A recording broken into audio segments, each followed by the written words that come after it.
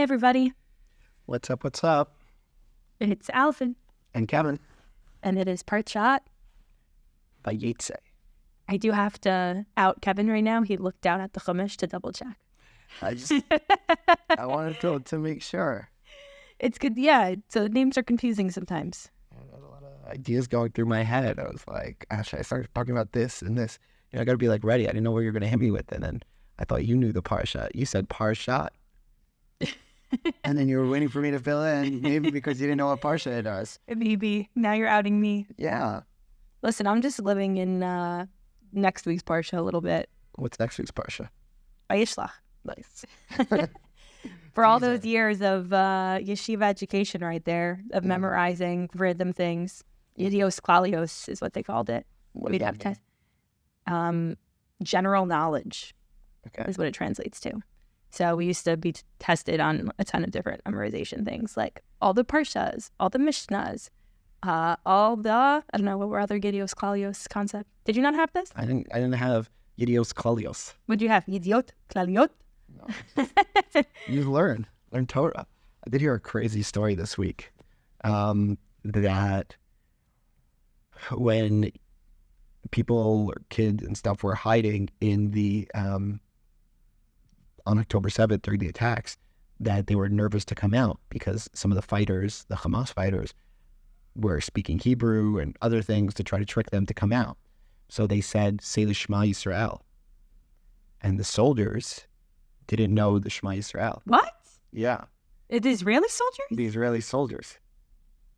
It's very... Were they Druze? Like... No, just very disconnected Jews from...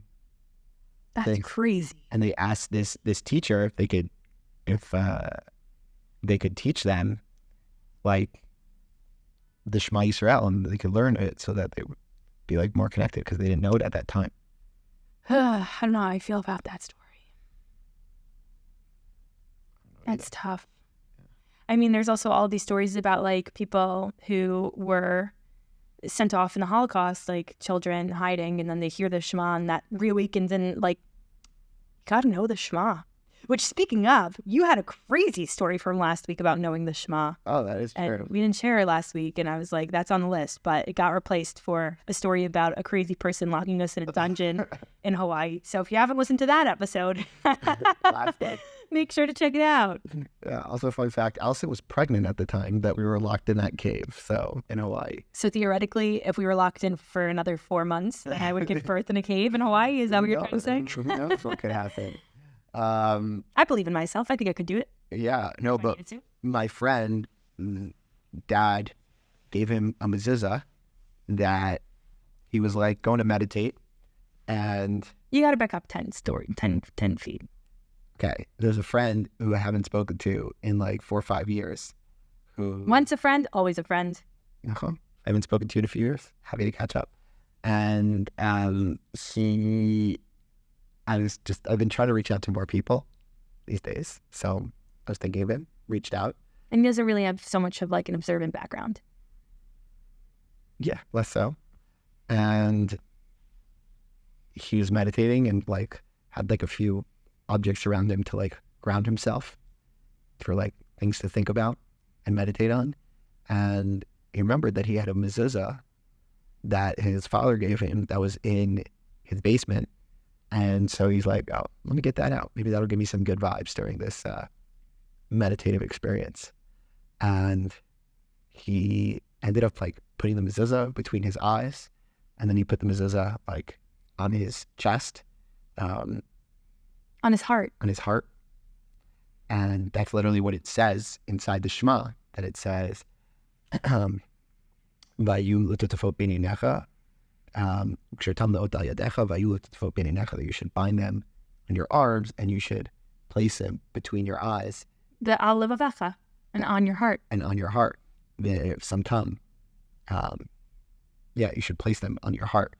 And that, like, he wasn't familiar with the text of the Shema to know that that was a part of it, but he kind of intuitively put this mezuzah, which contains the text of the Shema, between his eyes, on his heart, on his arm. He took it, he was walking with it where he went, and it says, and he put it on his bedside because he was feeling very connected. And there's other parts of the Shema that it says, "V'shivtecha b'beitecha," when you rest in your house, "Uvilachtecha b'derech," and when you're on your way. He was legit acting out the Shema without ever knowing the Shema with the Shema. That's what he was doing. Pretty wild. Thanks for giving it a little bit more emphasis. I was underselling some of the craziness. No, the whole thing's insane. And he just intuited it. He felt, he was like receiving this message of like, it should be in between his eyes. It should be on his heart. It should be with him as he goes to sleep and when he goes on the way. Yeah.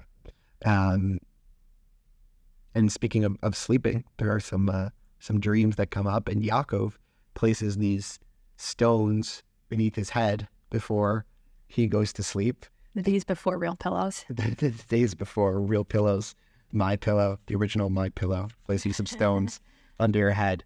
And I remember there's a nice idea that I heard about the word stone, the word Evan, that it's 3 letters of Abba, Ben, and Neched, of Aleph, Bet, Nun, which stands for Abba, Ben, and Neched, which literally means father, son, and grandson.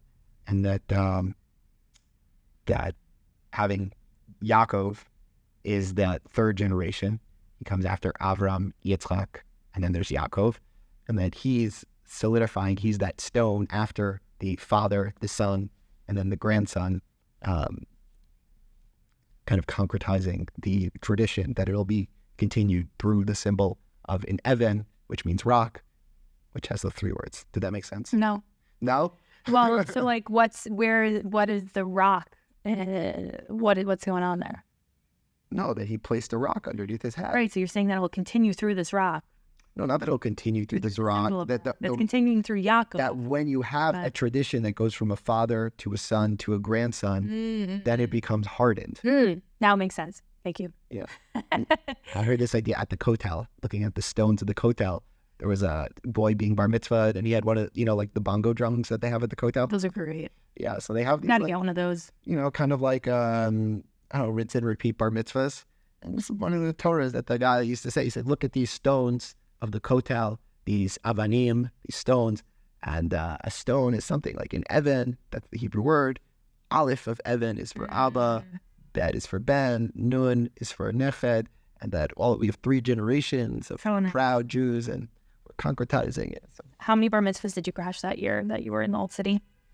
I don't know, could say probably 12. And is that including or excluding the fancy breakfast after the laning? I usually didn't join the breakfast. Who did?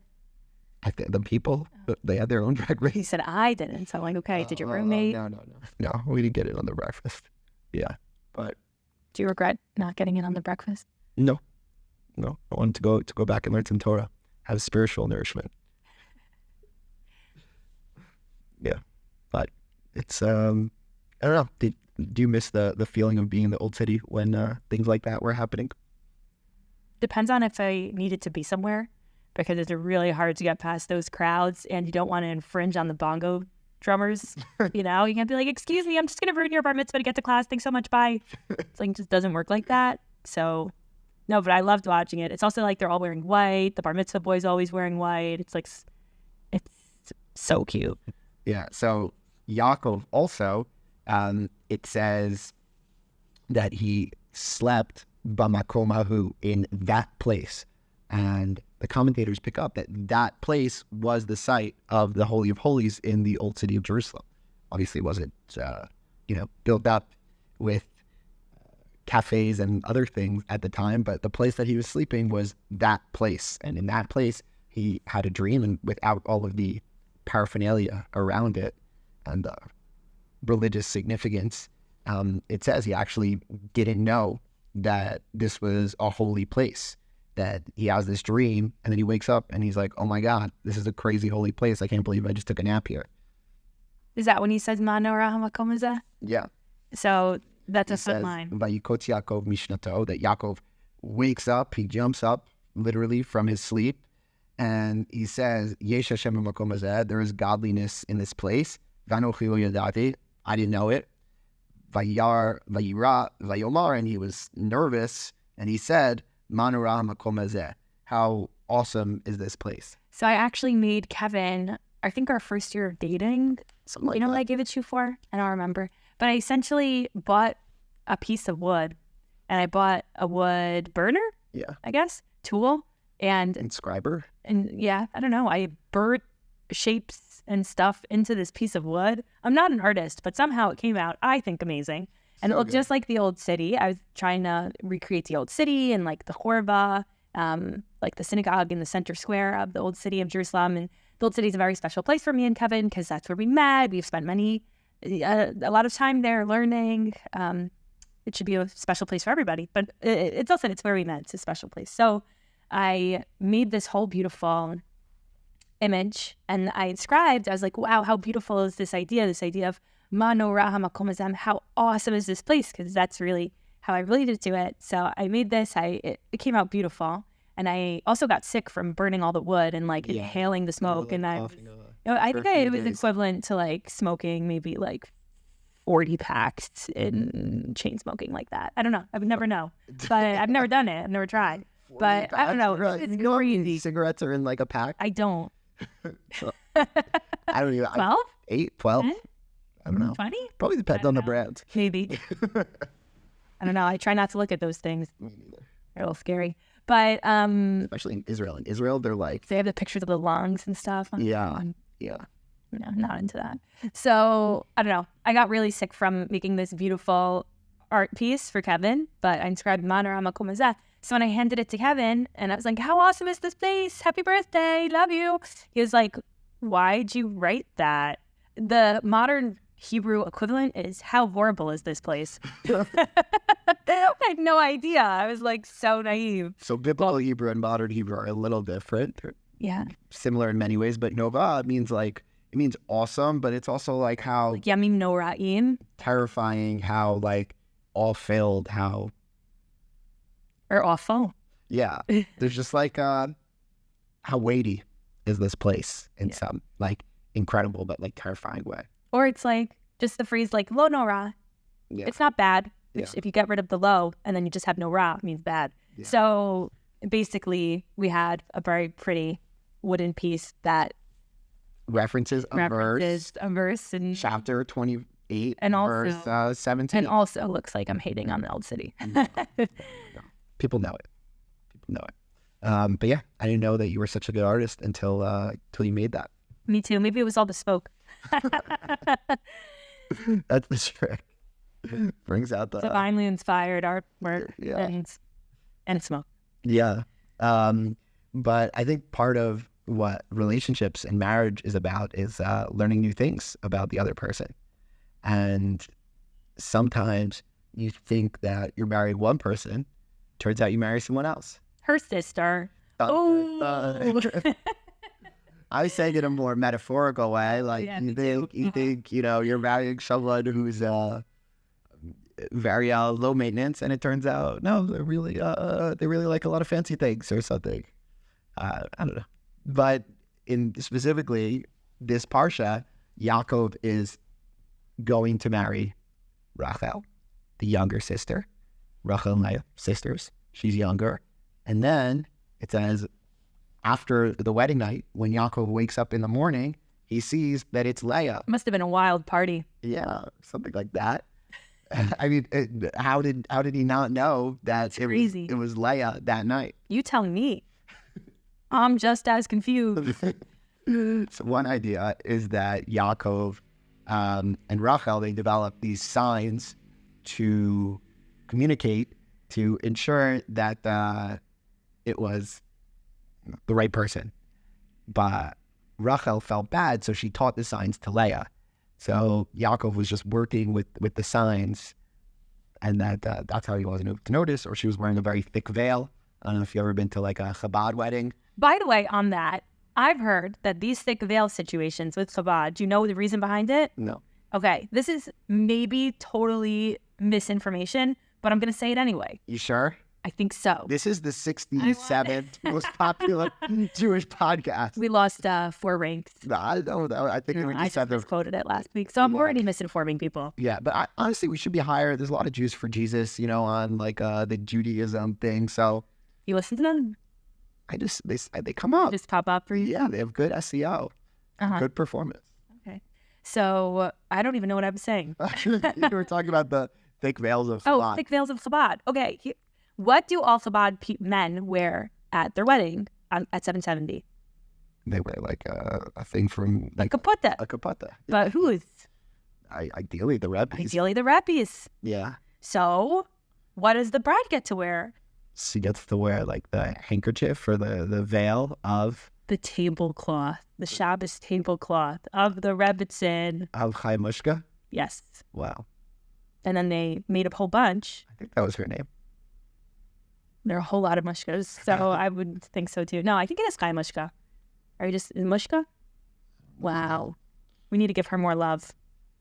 Sarah Shearson? No. Maybe. The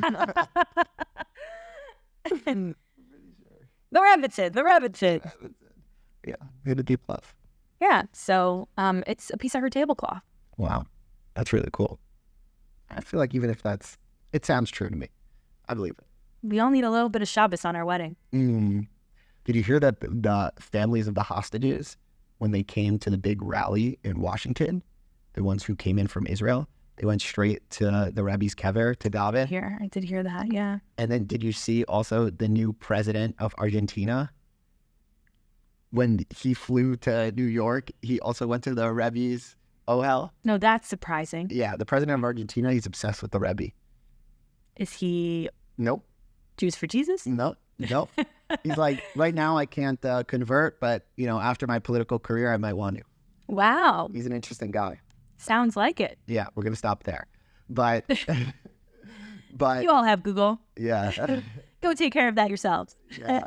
But there really is this idea or this acknowledgement of marrying the unknown, being willing to endure the unexpected with this person.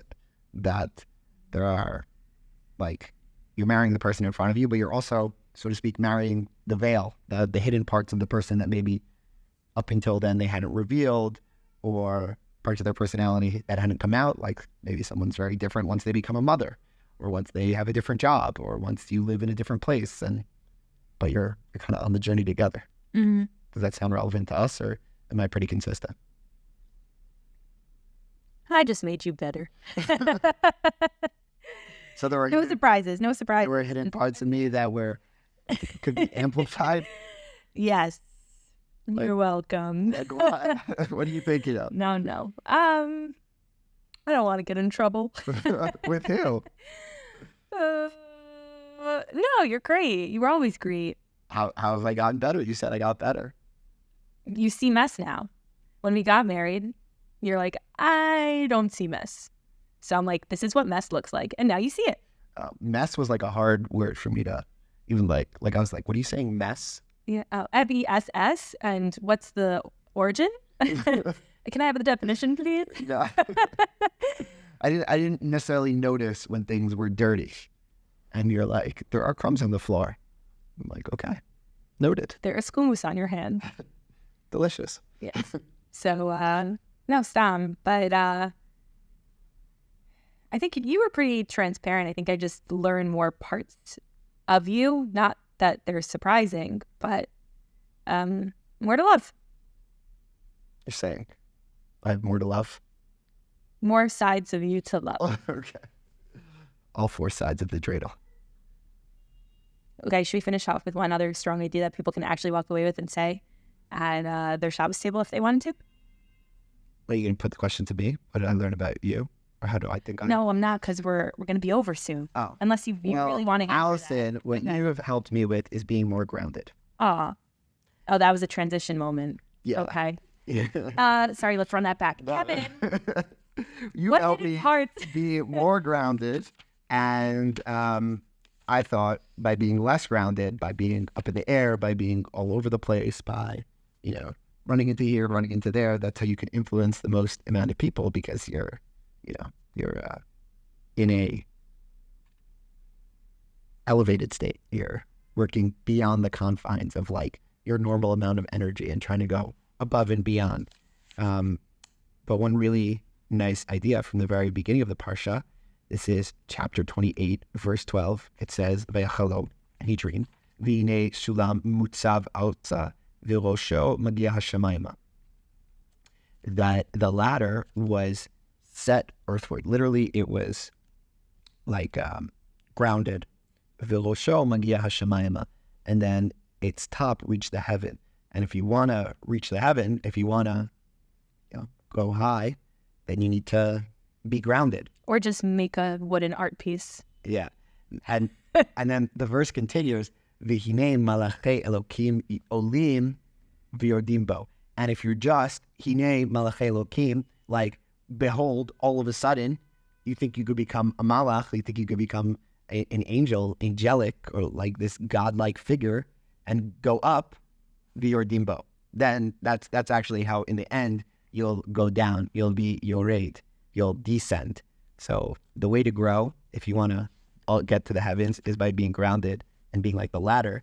And if you're just Hinei malachei Elohim, all of a sudden you're like this crazy spiritual person, then Olim, you'll go up, but at the end, you're Dimbo. There could be this like falling and descent. So I bless everyone that we take things one step at a time in a healthy way that allows us to build upon. And that's something that I think you've really taught me, something I'm still working on, still trying to climb that ladder, and still have my falls, but to try to be a more grounded and realistic and in touch person rather than being Kevin Spacey, being a little too head in the clouds. Amen. Have a beautiful Shabbos. We should see good things come soon.